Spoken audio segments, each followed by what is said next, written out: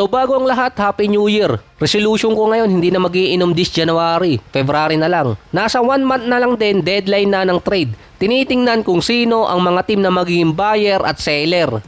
Tulad na lang sa Atlanta Hawks, galing sila sa 7-game losing streak na biglang nanalo kontra sa Minnesota nang hindi nila pinalaro si Trae Young. Ikalawang games din yun ni Trae Young na hindi ulit nakapaglaro dahil sa injury. Hindi tuloy naging maganda ang narrative para kay Trae Young na sinasabing mas better ang Hawks nang wala siya sa lineup. Kung meron kasing player na katulad ni Trae Young na gusto nang bitawan ng kanilang team, dapat marami ng trade rumors at marami ng mga team sa nag-aabang sa kanya. Kaso wala. Bagsak ang value ngayon ni Trae Young bilang player sa trade market. Based din sa isang executive, mahirap magbitaw ng maraming player para sa katulad ni Trae Young na kailangan pantapatan yung kontrata. At meron din mga player na ayaw kay Trae Young na maging kakampi. Marami din mga teams ang hindi siya gusto dahil defensive liability, malaki ang kontrata, apektado agad ang financial flexibility ng team. Hindi nakikita ng mga teams na high value player pa si Trae Young dahil nagbago na ang trade market. Prioritize na ang versatile player at contract. May mga players ding ayaw talagang kakampi si Trae Young na nakita ko lang rason yung villain arc niya kapag tinatalo yung Knicks. Wala nang iba. Pasok na rin sa make or break portion si Giannis dahil ilang linggo na lang nag-iintay pa rin kung kailan magdi-decide mag-request ng trade itong si Giannis dahil sa mga report ng insider, hindi iti-trade ng Bucks si Giannis at sila ang magiging buyer. Si Zach LaVine ang matagal nang iniintay ng Milwaukee na makuha mula sa Sacramento. Marami naman talagang target na player ang Bucks or wishlist kaso wala naman silang asset para makakuha ng mga player na all-star. Kasama pa din doon si Trae Young or isinisingit din siya sa trade rumors na yon na mapunta na Milwaukee Bucks. Parang imposible pa rin. Nasa 46 million ang kontrata niya. Kasama doon na pwedeng ipalit Miles Turner at Kyle Kuzma. Isang second rounder at isang first rounder ang pwedeng ibigay ng Milwaukee Bucks. Pero malabo pa rin yun eh. Pwera lang kung merong isang team ang sasali sa trade nila. Yun ang pinaka best option ng Bucks para makakuha pa ng isang all-star na player. Si Trae Young din kung merong isang team na naghahanap ng isang all-star, Milwaukee Bucks yun. Si Rich Paul naman hinaharang ang idea na i-trade si LeBron sa Golden State na hindi na rin naman papatok yun dahil malaki nga ang kontrata ni LeBron at ayaw din ni Rich Paul na maging kakampi ni LeBron itong si Steph dahil sa backlash na aabutin ni LeBron kung sakali.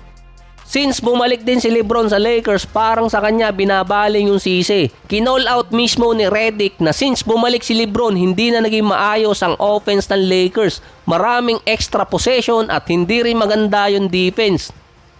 Pinaprioritize kasi ni Redick na gumanda yung defense nila kaso kabaliktaran yung nangyari lalong lumala. 6-time all-defensive team dati si LeBron kaso wala na kasing tatalo talaga kapag edad na yung usapan.